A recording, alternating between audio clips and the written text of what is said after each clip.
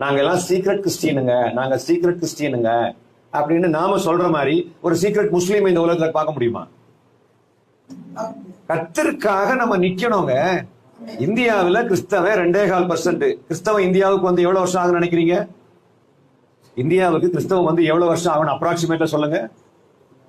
கிறிஸ்து பிறந்து தோமையார் இந்தியாவுக்கு வந்திருக்காரு. இயேசு கிறிஸ்துவனுடைய நேரடி சீடர் அப்போஸ்தலர் ஆகிய தோமா இந்தியாவுக்கு வந்திருக்கிறார் என்றால் முதல் நூற்றாண்டில் சுவிசேஷம் இந்தியாவுக்கு வந்திருக்கிறது.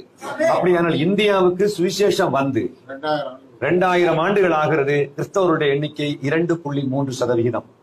அதுக்கு 650 ஆண்டுகளுக்கு பிறகு வந்த இஸ்லாமியர்களுடைய எண்ணிக்கை இன்னைக்கு 19%. அவர்கள் எப்படி 19ஆக மாறினார்கள்? அப்படி ஒரு கேள்வி, சிம்பிள் கேள்வி கேட்டா வேற ஒன்னே இல்லைங்க. அவங்க யார் வந்தாலும் ஏத்துக்குவாங்க. அவங்களுக்குள்ள வந்து எங்கேயும் வந்து ஒரு ஸ்திரத்தன்மை உண்டு. நான் அல்லாவை சார்ந்தவன் அப்படின்னு ஓப்பனா டிக்ளேர் பண்ணுவான். இவன் அப்படி கிடையாது. திங்கட்கிழமையில இருந்து சனிக்கிழமை வரைக்கும் ஐயா நான் ஆதி திராவிடர் இந்து, ஏதாவது கொடுங்க ஐயா அப்படின்னு. ஞாயிற்றுக்கிழமை எல்லாமே சூவே எனக்கு எல்லாமே சூவேன்னு சொல்வார். இந்த டபுள் ஆக்ஷன் உலகத்தில் உள்ள எல்லாருக்கும் தெரியும். எல்லாருக்கும் தெரியும் நாம எப்படி டபுள் ஆக்ஷன் போடுறோம் அப்படின்னு.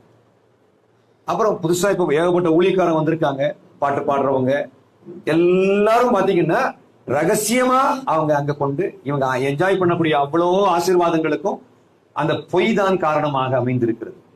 என்கிட்ட ஒரு ஆளு கேட்டாரு, கிறிஸ்தவ கோயில் தான் எங்க பார்த்தாலும் ஓலக்கோட்டால இருக்குது, எங்கேயாவது ஒரு மசூதியை ஓலக்கோட்டால காட்ட முடியுமா அப்படின்னு கேட்டார்.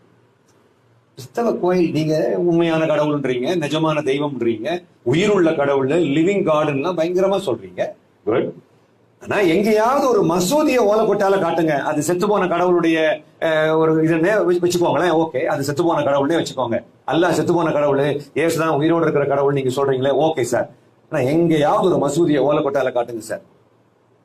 அதுக்கு என்ன காரணம் சார்?